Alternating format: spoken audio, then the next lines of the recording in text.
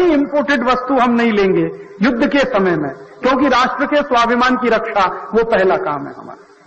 तो इस तरह से इंपोर्टेड वस्तुएं बंद होंगी, डीजल पेट्रोल की खपत कम होगी, तो राष्ट्र के स्वाभिमान की हम रक्षा कर सकेंगे। और युद्ध के समय में कुछ नई टेक्नोलॉजी विकसित हो।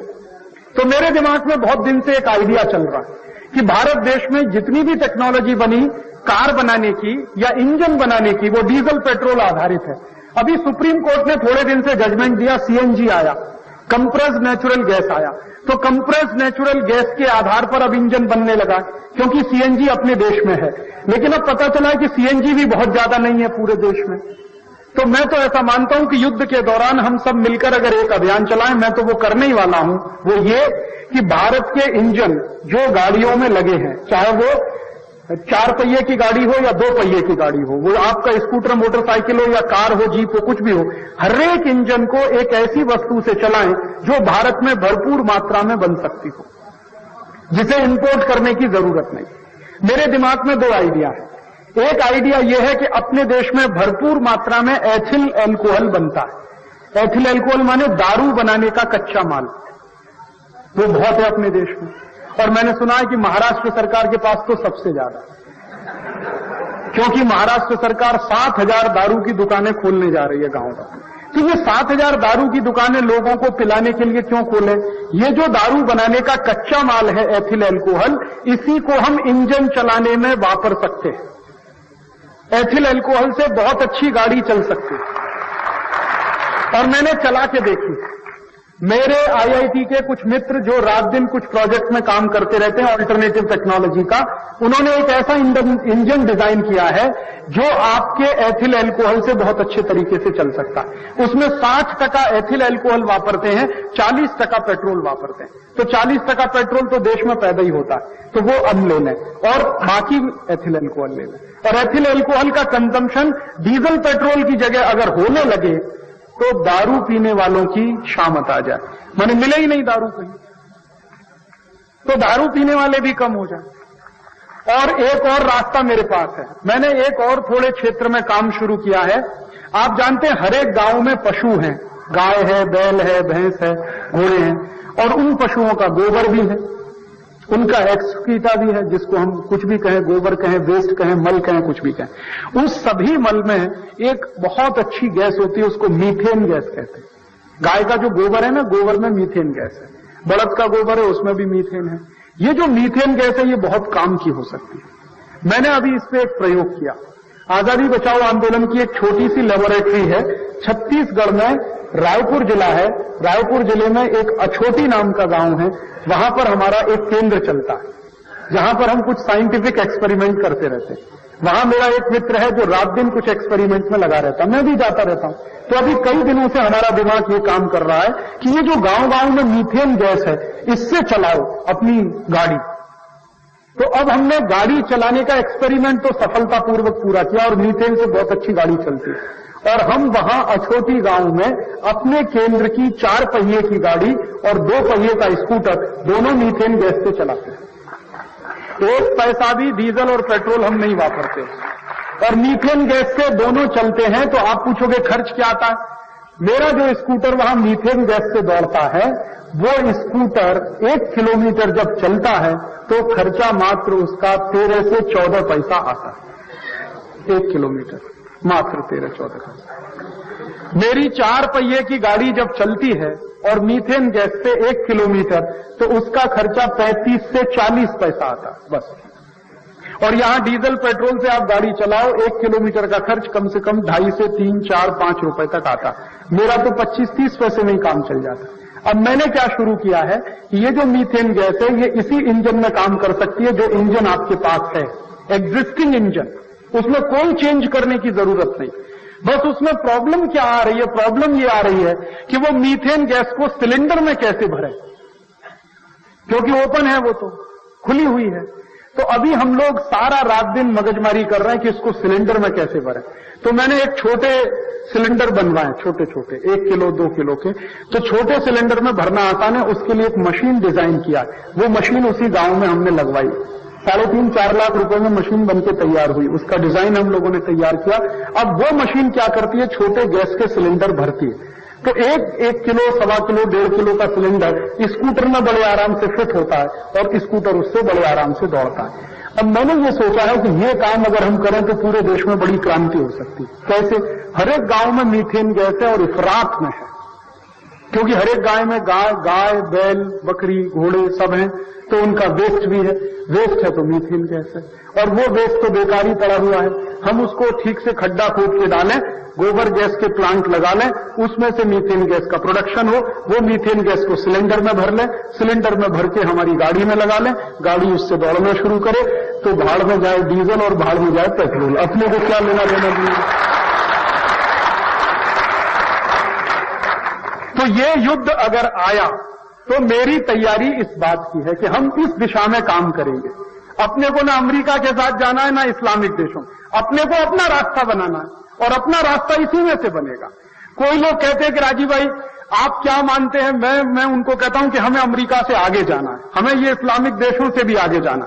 तो अगर उनसे आगे जाना है तो नया रास्ता बनाना होगा। उनके रास्ते पर चलकर आप उनसे आगे नहीं जा सकते।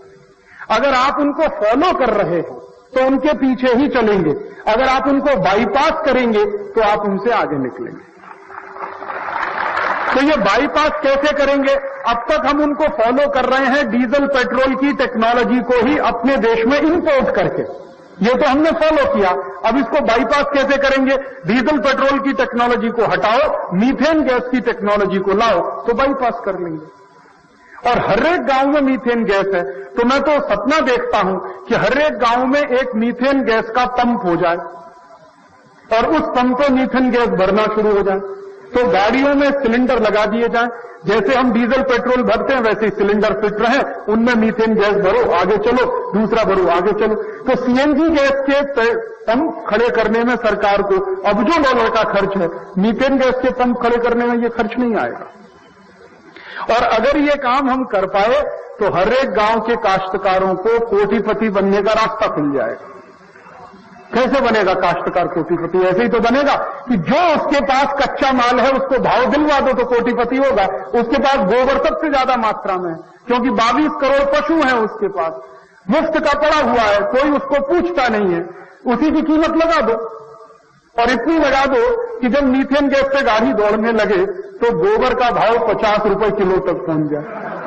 लगा दो तो लगा दो तो देखो काश्तकार बढ़ता है कि नहीं बढ़ता। तो अपने देश के लिए इसमें से क्या रास्ता निकलता, वो ये निकलता। तो इसमें मैं फिर रिपीट करना चाहता हूं कि युद्ध अभी होगा, ये नहीं रुकेगा, क्योंकि अमेरिका बिल्कुल आमादा है। अमेरिका को मंदी दूर करनी है, वो अटैक करेगा। उस अटैक को रिटेलिएट करने के लिए इस्लामिक देश एक होंगे। उनमें हो सकता है 2-3 देश अमेरिका के साथ जाएं, बाकी सब एक साथ होंगे। ये भयंकर चलेगा। इस भयंकर युद्ध में करोड़ों लोग मारे जा सकते हैं, करोड़ों लोग मारे जा सकते हैं। उनमें आप कभी अफसोस नहीं करना कि आपके कोई भाई बंद मरे, क्योंकि अमेरिका में जो रह रहे हैं उनके मरने की चांसेस सबसे ज्यादा है। तो मैं तो आपको कहता हूं कि चिट्ठी लिख दो तुरंत। आपके जितने रिश्तेदार अमेरिका में कह रहे हैं, कह दो कि तुरंत भागा होगा। वो कहेंगे भाई बैंक अकाउंट को तो छोड़ के आ जाओ भाई, जिंदगी प्यारी है अभी, ये बैंक अकाउंट के चक्कर में मत फंसो। क्यों? युद्ध अगर शुरू हुआ तो आप ये जान लीजिए ना वॉशिंगटन सुरक्षित है ना न्यूयॉर्क सुरक्षित है, क्योंकि अमेरिका जिनको मारेगा उनके पास भी अमेरिका को मारने की शक्ति है, वो कमजोर नहीं है, और उनको अमेरिका की ही कंपनियों से वो शक्ति मिली, तो मारेंगे वो भी अमेरिका को। तो अमेरिका के भी कई देश, कई शहर निशाने पर हैं, यूरोप के भी शहर निशाने पर हैं, और उसमें लोग मरेंगे तो अपने भी लोग मरेंगे, क्योंकि 30-35 लाख हिंदुस्तानी अमेरिका में रहते हैं। तो इन हिंदुस्तानियों को कहो कि भाई बहुत खा लिया तुमने अमेरिका का डॉलर, अब आ जाओ।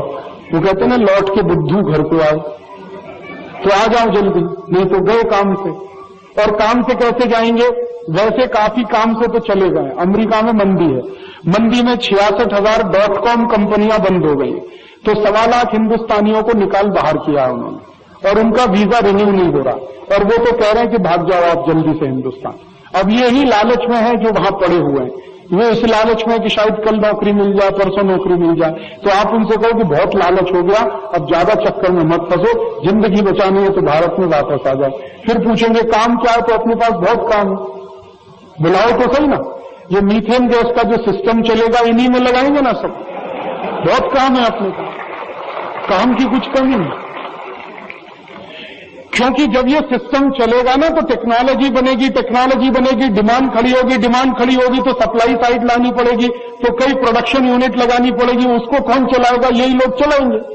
आ जाए तो काश्तकार तो कच्चा माल सप्लाई करेगा, ये उसकी टेक्निकल साइड संभालेंगे, और हो सकता है इसमें से कोई नई चीजें भी निकला।